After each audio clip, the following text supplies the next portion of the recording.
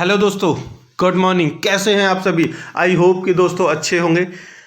दोस्तों, हम लेकर के आ गए हैं आपके लिए जो हमारी वेरी शॉर्ट क्वेश्चन आंसर की सीरीज चल रही थी, उसका छठा सबसे इंपॉर्टेंट क्वेश्चन, जिसको अभी पढ़ेंगे तो आप जानोगे कि यही सबसे इंपॉर्टेंट है। ठीक है, तो चलिए स्टार्ट करते हैं हमारा क्वेश्चन। देखिए, हमारा क्वेश्चन ये है कि भारत के संविधान की उद्देशिका को लिखिए। देखिए, ये क्वेश्चन पेपर की दृष्टि से तो इम्पोर्टेंट है ही, लेकिन हमारा जो व्यक्तित्व है उसकी दृष्टि से भी ये बहुत ज़्यादा इम्पोर्टेंट है। उद्देशिका हमें लर्न होनी चाहिए, उद्देशिका का अर्थ हमें अच्छे से पता होना चाहिए, तभी हम अपने देश के संविधान को अच्छे से समझ पाएंगे। क्योंकि doctor B are Ambedkar ji ने कहा है कि उद्देशिका, जिसको इंग्लिश में प्रेम्बल बोलते हैं, वो साउल ऑफ कॉन्स्टिट्यूशन है, कुंजी है, आत्मा है संविधान की। ठीक है, तो चलिए आज हम समझते हैं भारत के संविधान की उद्देशिका और उसको याद करते हैं। ठीक है, देखिए, याद करने के लिए तो आप रट्टा मार लेंगे, इसमें कोई प्रॉब्लम नहीं। 10 मिनट में आपको रट्टा लग जाएगा और रट्टा लगा भी लेना चाहिए, लेकिन उसके साथ साथ में हमें यह भी पता हो कि इसका अर्थ क्या है, तो वही अर्थ जानते हैं हम।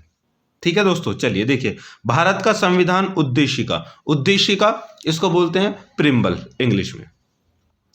हम इसको एक प्लेज के अकॉर्डिंग पढ़ते हैं, ठीक है, लेकिन अर्थ जानने के लिए हम इसको डिफरेंट वे में देखते हैं। देखिए, ये कहती है उद्देशिका जो है ये कंटेंट है संविधान का। ठीक है, संविधान की उद्देशिका है मतलब कि जो किसी भी बुक का जो सबसे पहले पेज होता है, जहां पर जो लेखक होता है वो हमें कुछ उद्देश्य देता है। ठीक है, और बुक के बारे में उसका बुक का पूरा निचोड़ निष्कर्ष हमें बताता है, वही है ये उद्देशिका, लेकिन ये है संविधान की। ठीक है, ये आत्मा ऑफ कॉन्स्टिट्यूशन है। तो हम कहते हैं कि हम मतलब कि हम सभी भारत के लोग भारत को एक संपूर्ण प्रभुत्व संपन्न, एक एक लाइन को पढ़ेंगे और उसका अर्थ भी जानेंगे। देखिए, हम भारत के लोग, हम सभी भारत को एक, अपने देश को एक संपूर्ण का मतलब पूरा, प्रभुत्व संपन्न मतलब कि हम भारत को संपूर्ण प्रभुत्व संपन्न, हमारा भारत को ऐसा बनाने के लिए कि जो अपने फैसले चाहे नेशनल लेवल पे हो या इंटरनेशनल लेवल पे हो वो खुद कर सके, वो शक्ति हम संविधान के अकॉर्डिंग प्रदान करते हैं। समझ में आ गया?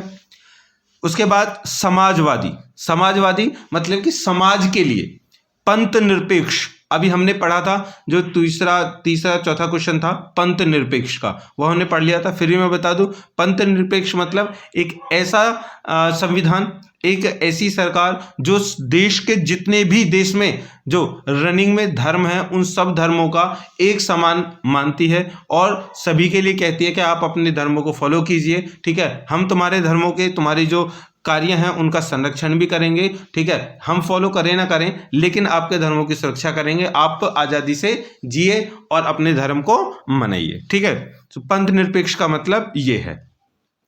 लोकतंत्रात्मक, लोकतंत्रात्मक मतलब आप पता ही है लोकतंत्रात्मक का मतलब तो कि एक ऐसा वो देश जो जन लोग अपने नेता को खुद चुनते हैं ताकि वो नेता उनके ऊपर उनके अधिकारों, कर्तव्यों और उनके जो देश है उसकी सुरक्षा करे और उनका विकास करे। गण राज्य बनाने के लिए तथा उसके समस्त नागरिकों को, गणराज्य मतलब कि जो हमारा देश है, ठीक है, उसको एक अच्छा, ठीक है, स्वतंत्र राज्य बनाने के लिए तथा उसके समस्त नागरिकों को, अब उसके नागरिकों को भी सामाजिक, आर्थिक और राजनीतिक न्याय। देखिए, सामाजिक न्याय आप समझ सकते हैं, मतलब समाज के तौर पर न्याय, आर्थिक तौर पर न्याय और राजनीतिक तौर पर न्याय, विचार, अभिव्यक्ति, विश्वास, धर्म। विचार मतलब, पहले इस वाली लाइन को पूरा कर देते हैं। देखिए, न्याय मिले, संविधान हमें न्याय देता है, चाहे वो सामाजिक तौर पर हो, सामाजिक तौर पर मतलब कितने भी धर्म हैं, कितने भी वर्ग हैं, ठीक है, हमें हमारे हित के अनुसार ही वो हमें न्याय देता है। आर्थिक तौर पर मतलब कि गरीब अमीर, ठीक है, सारी चीज़ों को ध्यान में रखते हुए। और राजनीतिक तौर पर, ठीक है, कि हम किसी भी पार्टी को सपोर्ट करें, किसी भी उसको सपोर्ट करें, ठीक है, लेकिन चलन में तत्कालीन जिसकी सरकार होगी वो हमारी रक्षा करेगी और हमें न्याय दिलवाएगी। आगे है विचार, हमारे विचार कहीं भी हम प्रस्तुत कर सकें इसकी आज़ादी देगा। अभिव्यक्ति कर सकें, और विश्वास कर सकें, ठीक है, अपने किसी भी धर्म को हम मान सकें, इस सब की आज़ादी भी संविधान हमें देता है। और उपासना की स्वतंत्रता, किसी भी धर्म को फॉलो करने की स्वतंत्रता हमें यह संविधान देता है।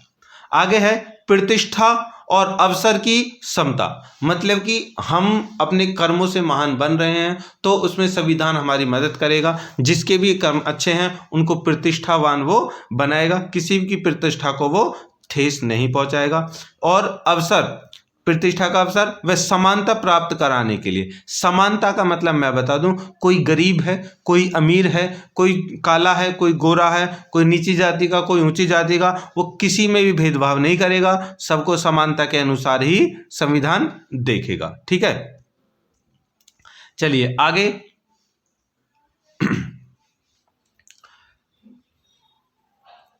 समता प्राप्त कराने के लिए तथा उन सब में व्यक्ति की गरिमा और राष्ट्र की एकता और अखंडता, मतलब कि व्यक्ति की गरिमा, एक प्राइवेसी होती है ना, मतलब कि देखिए वैसे तो सबको पता है कि शादी होती है और शादी के बाद में क्या होता है, शादी होती ही क्यों है, विवाह किस लिए किया जाता है, विवाह किया जाता है शारीरिक सुख के लिए और अपने जो वंश को आगे बढ़ाने के लिए। तो शारीरिक सुख जो है, ठीक है, उसको प्राप्त करने के लिए हम जो प्राइवेटली ही अपने कर्तव्यों को पूरा करते हैं तो उसको कहेंगे कि हम, हमारी गरिमा को वो देखेगा, हमारी गरिमा की रक्षा करेगा।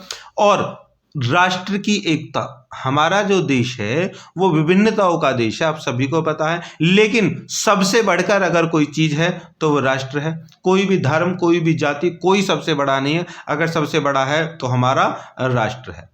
तो उस राष्ट्र की इसी भावना को जागृत करते हुए राष्ट्र की एकता, सबसे पहले हम एक भारतीय हैं, और अखंडता सुनिश्चित करने वाली बंधुता बढ़ाने के लिए। अखंडता, कितनी भी विभिन्नताएं हमारे देश में हैं, फिर भी हम अपने राष्ट्र को खंडित नहीं होने देंगे, अलग अलग नहीं होने देंगे। यही प्रयत्न हम हमेशा करेंगे और इसी कार्य को करने में संविधान हमारी मदद करेगा, इसको सुनिश्चित करेगा। ठीक है, और बंधुता बढ़ाने के लिए, मतलब कि भाईचारा, हिंदू मुस्लिम सिख ईसाई हम सभी भाई भाई, तो उसी रोल को ये फॉलो करता है। बढ़ाने के लिए दृढ़ संकल्प होकर, दृढ़ संकल्प मतलब कि पूरे एकदम मन से तन से एकदम संकल्प लेकर के अपनी इस संविधान सभा में आज तारीख 26 नवंबर 1949 ईस्वी मिति मार्गशीर्ष शुक्ला सप्तमी संवत 2006 विक्रमी को एतद द्वारा इस संविधान को अंगीकृत, अधिनियमित और आत्मर्पित करते हैं। ठीक है, मतलब इन सारी चीज़ों को ध्यान में रखते हुए हमारा जो संविधान है उसकी ये आत्मा है, हम इसको मानेंगे, इसके रूलों को मानेंगे, ठीक है, अपनी ड्यूटीज़ को पूरा निभाएंगे, अपने अधिकारों को रक्षा करेंगे, उन पर चलेंगे। ये सभी हमारी जो उद्देशिका है ये कहती है। ठीक है दोस्तों, ये 26 नवंबर 1949 को क्या की गई थी, ये एक्सेप्ट की गई थी, अंगीकृत की गई थी, अधिनियमित करी गई थी। ठीक है, और उसके तुरंत बाद ही, करीबन 1 महीने बाद ही 2 महीने बाद 26 जनवरी 1950 को हमारा संविधान लागू हो गया था। ठीक है दोस्तों, तो ये थी हमारी प्रीएम्बल। अब उसके आगे एक चीज और है कि एक क्वेश्चन और यहां पर हमें दे देते हैं कि 42वें संविधान संशोधन 1976 द्वारा संविधान के उद्देशिका में समाजवादी, पंथ निरपेक्ष और अखंडता शब्दों को जोड़ा गया था। ठीक है, समाजवादी मतलब समाज के हित के लिए, सभी समाज को देखकर।